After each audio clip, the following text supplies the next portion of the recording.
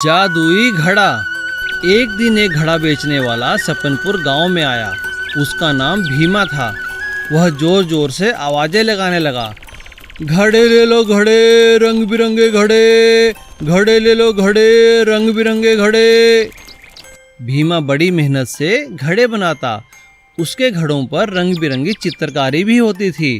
लेकिन इस गांव में काफी देर घूमने के बाद भी भीमा का एक भी घड़ा नहीं बिका।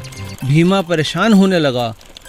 अरे यह क्या, सारा दिन बीत गया लेकिन एक भी घड़ा नहीं बिका।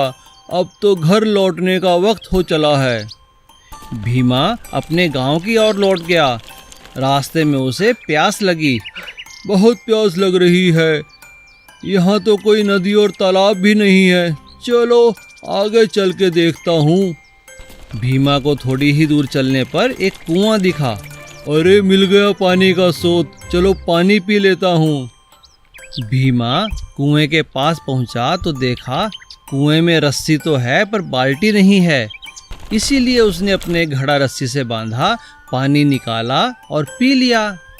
पानी पीकर भीमा ने घड़ा वहीं छोड़ दिया। यह घड़ा यहीं छोड़ देता हूँ, गांव वालों के भी काम आएगा। अगले दिन भीमा फिर गांव में घड़े बेचने आया। घड़े ले लो घड़े, रंग बिरंगे घड़े। उसकी आवाज़ सुन सभी लोग घरों से बाहर आ गए और उसके घड़े तुरंत ही बिक गए। भीमा हैरान था। जब भीमा खुशी खुशी घर लौटने लगा तब एक महिला बोली, लो भाई प्रसाद लो। किस बात का प्रसाद है बहन? आप नहीं जानते, हमारे गांव में पानी की बहुत कमी थी। इसी कारण सब बहुत परेशान थे। हम सब गांव वालों ने कुएं की पूजा भी की थी। और जानते हो, सुबह एक जादुई घड़ा कुएं में मिला। कोई नहीं जानता कि वो वहां कैसे आया, मगर ये सच है, उस घड़े के आने से कुआं पानी से भर गया है। पंडित जी ने बताया कि ये जादुई घड़ा एक सच्चे मन के यात्री ने रखा है। हम सब ने उस यात्री की लंबी उम्र और अच्छी सेहत की कामना और पूजा की है। ये उसी का प्रसाद है। अब भीमा समझ चुका था कि यह और कुछ नहीं, उसके द्वारा सच्चे मन से रखे घड़े की ही करामात है। राजू और उसकी पत्नी बहुत गरीब थे। बहुत मेहनत के बाद ही वे अपना गुजारा कर पाते थे।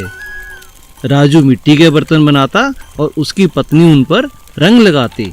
सुनो जी, अब ये सब काम छोड़ो और खाना खा लो। इतने दिन बीत गए, एक भी बर्तन नहीं बिका। ना तो अब हमारे पास पैसे बचे हैं और ना खाना। आकर खाना खा लो, नहीं तो ये भी ठंडा हो जाएगा। आता हूँ, क्यों परेशान हो रही हो? सब ठीक हो जाएगा। तभी उनके दरवाजे पर कोई खटखटाता है। कोई है? भिक्षा दे दो बेटी, कई दिन बीत गए, कुछ नहीं खाया। जरूर। राजू की पत्नी ने अपनी थाली दरवाजे पर खड़ी बुढ़िया को दे दी। ये लीजिए माँ, भोजन कीजिए। बुढ़िया बहुत खुश हुई और भोजन करने लगी। बेटी मांगो, क्या चाहती हो? तुमने एक भूखे का पेट भरा है। तुरंत बुढ़िया देवी में बदल गई। मैं तुम्हें 3 वरदान देती हूँ, तुम जो चाहोगी वही होगा बेटी। सच देवी माँ, धन्यवाद। मैं अपने पति के साथ सोच समझकर वरदान मांगूंगी माँ। अरे आओ मालती, कहाँ रह गई? जल्दी आओ, खाना ठंडा हो गया है। अभी आई। बुढ़िया के जाते ही मालती दौड़ती हुई अपने पति के पास आई। बड़ी खुश लग रही हो, क्या बात है? देवी माँ ने हमें 3 वरदान दिए हैं। अब हम जो चाहेंगे वो मिल जाएगा। जानते हो, वो बुढ़िया नहीं, स्वयं साक्षात देवी माँ थी। अरे छोड़ो, ऐसा कुछ नहीं होता। चलो खाना खा लेते हैं। दोनों खाना खाने बैठते हैं। कितने दिन हो गए, कुछ अच्छा नहीं खाया। काश हमारे पास कुछ स्वादिष्ट खाने को होता। तभी तरह तरह के स्वादिष्ट पकवान उनके सामने आ जाते हैं। अरे यह क्या हुआ? तुम्हारी बात तो सच साबित हो गई। ओहो, ये क्या किया मैंने, एक वरदान बर्बाद कर दिया। चलो छोड़ो, खाना खा लेते हैं। यह क्या, कोई मिठाई नहीं, बिना मिठाई खाए कुछ अच्छा नहीं लग रहा। तभी सभी थालियां मिठाइयों से भर जाती हैं। यह क्या, इतनी मिठाइयां किस काम की? इन्हें तो हम एक दिन में नहीं खा सकते। तुम ठीक कहते हो, इन्हें संभाल ले तो कई दिन तक खा सकते हैं, है ना? ऐसा कहते ही सारी मिठाइयां एक बड़े कनस्तर में बंद हो गई और देखते ही देखते तीनों वरदान खत्म हो गए। अरे यह क्या मालती, हमने तीनों वरदान खत्म कर दिए। हाँ जी, बातों बातों में तीनों वरदान चले गए और हमें पता ही नहीं चला। बैंगन की सब्जी। एक गांव में एक लाला जी रहते थे। उन्हें खाने का बहुत शौक था। सारा दिन लाला जी बस खाते ही रहते थे। अरे शांति, जल्दी जल्दी खाना लाओ, कहाँ रह गई? बहुत भूख लगी है। अभी आई। अरे वाह, बहुत अच्छा खाना बनाया है तुमने, बहुत मजा आ गया। बस बस, आप तो बस हमेशा मेरी तारीफ ही करते रहते हैं। आपको खाना पसंद है और मुझे बनाना। अब जल्दी बताओ, रात में आपके लिए क्या बनाऊं? रात में तो सीताफल ही बनाना। लाला जी काम पर चले गए और रास्ते में उन्हें फिर भूख लगी, तो लाला जी पेड़ के नीचे बैठ गए। अरे अभी तो भोजन किया था, चलते चलते फिर भूख लग गई। तभी एक आवाज आई। अरे बस करो, आकर खाना खा लो। यह किसान की पत्नी थी जो किसान के लिए खाना लाई थी। अरे यह क्या पका कर लाई है, बड़ी अच्छी खुशबू आ रही है। लाओ लाओ, बड़ी भूख लगी है। तभी किसान की पत्नी ने लाला जी को देखा और कहा, लाला जी नमस्ते, ये लीजिए, आप भी खाएं, ये बैंगन की सब्जी है। बैंगन? यह तो मैंने कभी नहीं खाया। बहुत बढ़िया, यह तो बहुत स्वादिष्ट है। क्या तुम बता सकती हो ये सब्जी कहाँ मिलेगी? मैं इसे घर ले जाऊंगा। तब किसान ने अपने खेत से 2 बैंगन तोड़कर लाला जी को दिए। शाम को लाला जी ने अपनी पत्नी से किसान की पत्नी के बने बैंगन की खूब तारीफ की। अच्छा, बस भी करो, मैं अभी बढ़िया सी सब्जी बनाती हूँ। सेठ इंतजार करने लगा और पत्नी बैंगन पकाने लगी। अरे वाह, ये सब्जी का रंग तो बहुत अच्छा लग रहा है, चक्कर देखती हूँ। वाह, स्वादिष्ट।